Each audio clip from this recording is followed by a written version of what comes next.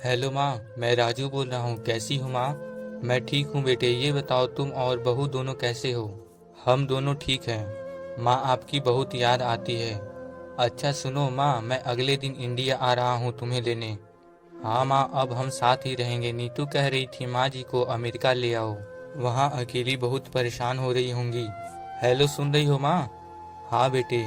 बूढ़ी आंखों से खुशी की अश्रुधारा बह निकली। बेटे और बहू का प्यार नस नस में दौड़ने लगा।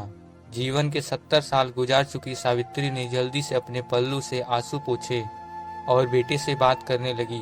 पूरे 2 साल बाद बेटा घर आ रहा था। बूढ़ी सावित्री ने मोहल्ले भर में दौड़ दौड़ कर यह खबर सबको सुना दी। सभी खुश थे कि चलो बुढ़ापा चैन से बेटे और बहू के साथ गुजर जाएगा। राजू अकेला आया था। उसने कहा कि माँ हमें जल्दी ही वापस जाना है, इसलिए जो भी रुपया पैसा किसी से लेना है वो लेकर रख लो, और तब तक मैं किसी प्रॉपर्टी डीलर से मकान की बात करता हूँ। मकान? माँ ने पूछा। हाँ माँ, अब ये मकान बेचना पड़ेगा वरना कौन इसकी देखभाल करेगा। हम सब तो अब अमेरिका में ही रहेंगे। बूढ़ी आंखों ने मकान के कोने कोने को ऐसे निहारा जैसे किसी अबोध बच्चे को सहला रही हो। आनन फानन और औने पौने दाम में राजू ने मकान बेच दिया। सावित्री देवी ने वो जरूरी सामान समेटा जिससे उनको बहुत ज्यादा लगाव था। राजू टैक्सी मंगवा चुका था। एयरपोर्ट पहुंचकर राजू ने कहा, माँ तुम यहाँ बैठो, मैं अंदर जाकर सामान की जांच और बोर्डिंग और वीजा का काम निपटा लेता हूँ। ठीक है बेटे। सावित्री देवी वहीं पास की बेंच पर बैठ गईं। काफी समय बीत चुका था। बाहर बैठी सावित्री देवी बार बार उस दरवाजे की तरफ देख रही थी जिसमें राजू गया था, लेकिन अभी तक बाहर नहीं आया। शायद अंदर भीड़ होगी सोचकर बूढ़ी आंखें फिर से टकटकी लगाए देखने लगती। अंधेरा हो चुका था। एयरपोर्ट के बाहर गहमा गहमी कम हो चुकी थी। माँ जी किससे मिलना है? एक कर्मचारी ने वृद्धा से पूछा। मेरा बेटा अंदर गया था टिकट लेने, वो मुझे अमेरिका लेकर जा रहा है।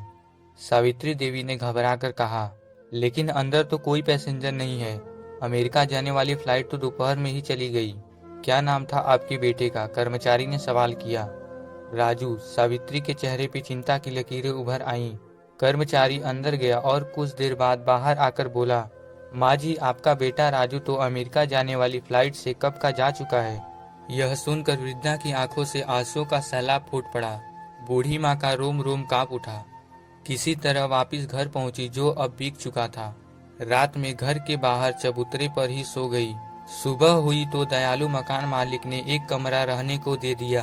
पति की पेंशन से घर का किराया और खाने का काम चलने लगा।